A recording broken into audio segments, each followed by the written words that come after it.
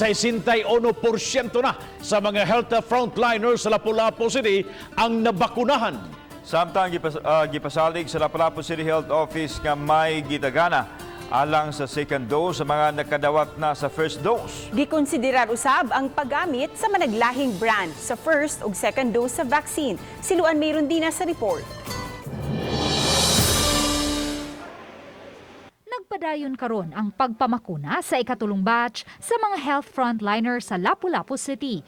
Niadtong Abril 7 lang naabot ang dugang 1,000 doses sa Sinovac alang sa 1,000 usab ka mga health frontliners nga wala pa mabakunahi. Mato ni May Cheryl Tipait, National Immunization Program Nurse Coordinator nga sa 3,930 ka mga health frontliners sa Dakbayan nga nasulod sa master list, 2,380 o 61% na kanila ang nabakunahan. Dili man ta makabuot kung asa sila magpabakuna.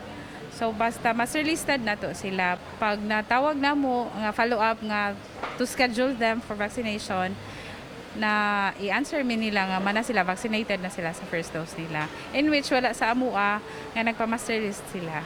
Apan tungod sa kakuwang sa supply sa mga bakuna, gikonsiderar na karon sa ubang mga nasod ang pag-mix and match sa mga bakuna o ang paggamit og duha ka managlahing brand sa first dose ug second dose sa COVID-19 vaccine. Ang mga staff sa Lapu-Lapu City Hospital nga mo'y labing unang nabakunahan sa Sinovac. Lakip na ang mga staff sa ARC Hospital parehong nakakumpleto na sa ilang duha ka dose sa bakuna. Samtang gipaabot pa ang supply sa ikaduhang dose alang sa mga nabakunahan sa AstraZeneca. Taliwa sa plano karon sa mga health officials nga mag-mix and match og mga vaccines tungod sa kakuwangan sa supply sa mga bakuna. Gipasalig sa Lapu-Lapu City Health Office nga allocated na ang supply alang sa second dose sa mga nabakunahan sa AstraZeneca, samtang aduna na usay allocation sa second dose sa mga gibakunahan karon og first dose sa Sinovac.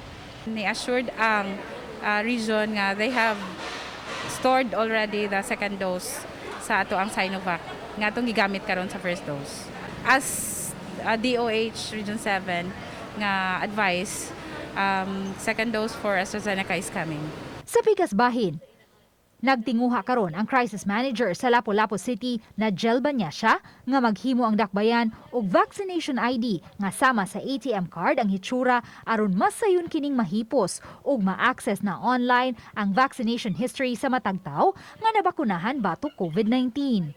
Ako gutanaw, kining imong vaccination history will become a passport later on. No?